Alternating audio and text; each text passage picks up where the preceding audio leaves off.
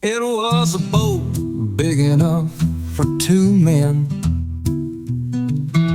It was the ebb of the day's third and final tide.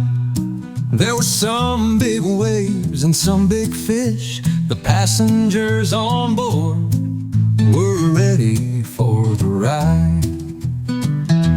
They were a long way, way too far from shore.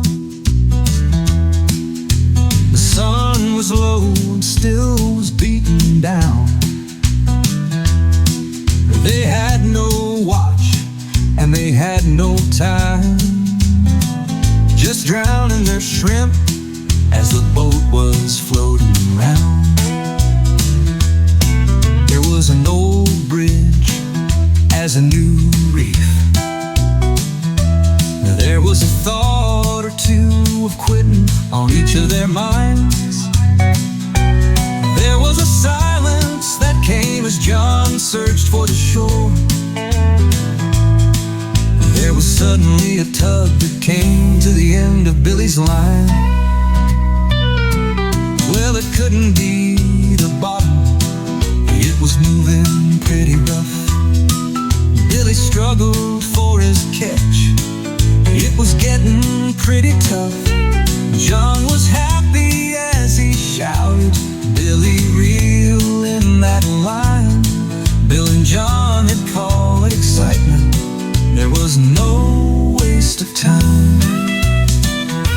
When Billy landed the longest red that John had ever seen, he was tired and winded and completely out of steam. He lay scrunched beside the motor to take a little nap. John apparently was tired of taking Billy's crap. As he reeled in his line, he said, well, it's getting hard to see.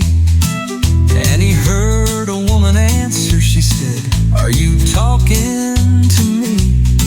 John turned around to notice the same woman he had seen, with dark flowing hair and glowing scales of green. He tried to wake up Billy, but that could not be done. He rubbed his eyes, spoke as he looked into the sun. She sounded very friendly, John sounded very stiff. They talked about each other as the boat went adrift. Then as quickly as she'd come, she jumped back into the waves. John promised that he'd come out again another day, but John just sat bewildered, all the thoughts in his mind, when he noticed 3 scales of hers were here, left behind. When he finally woke up Billy and got his story told,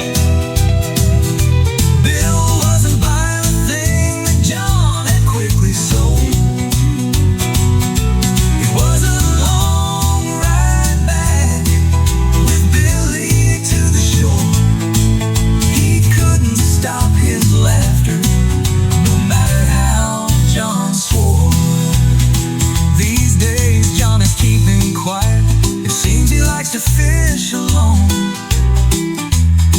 There's an old bridge reef to where he likes to do his throwing, but he's got the weirdest name boat that's always on Bill's mind.